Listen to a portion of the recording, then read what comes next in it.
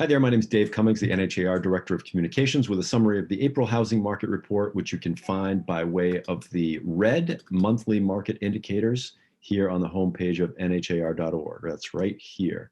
As you all know better than I do, the pace of sales is still running hot. You can see here on page 4, it's actually in that 1,200 range for the state, which has been pretty typical of April, actually, for each of the last 5 years. Of course, it seems even more frenzied because there's so little inventory.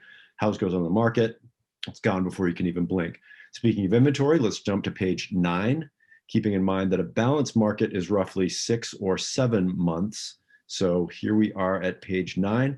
And nationally, that number is around 2-month supply, which of course speaks to the dramatic seller's market. And here in New Hampshire, you can see that we've had 1 month supply, that's right in here, for each of the last 5 months, and we're currently still at right around 3-week supply. So that leads us, of course, to median price, which is back up here on page 5, and you can see that April was the highest price month by a lot that we've ever had in New Hampshire at 382,000. That's right there. You can look at this chart right here and see that it's nowhere close in the past 15 years. As we've talked about before, that's great for the economy, but not so great for buyers, especially a lot of our first-time buyers. So with that in mind, are there any signs of a shift? Thanks for asking, Dave. You're welcome, Dave. So let's go to page 10, new listings.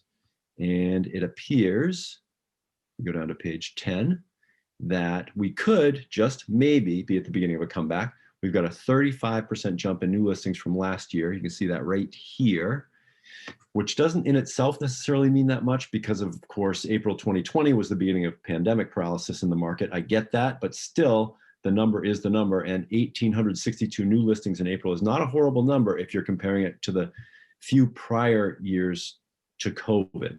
So for the next several months, page 10, right here, the new listings is the page to be watching, and we're going to be looking for whether it takes this spike-like shape that we've seen over the past few years. So you can see here in 2017, 18, 19, all very similar, or if we get something more like the stunted shape of last year, where the new listings kind of leveled off and just barely kept pace with demand of buyers. So if we start to see that spike this year, if it continues to go up, my best guess is that we could be in for a transition toward a more normalized market and a bit more opportunity and leverage for buyers in New Hampshire. If you've got questions, call or email. I'm at 603-554-7855 or dave@nhar.com. Thanks for watching.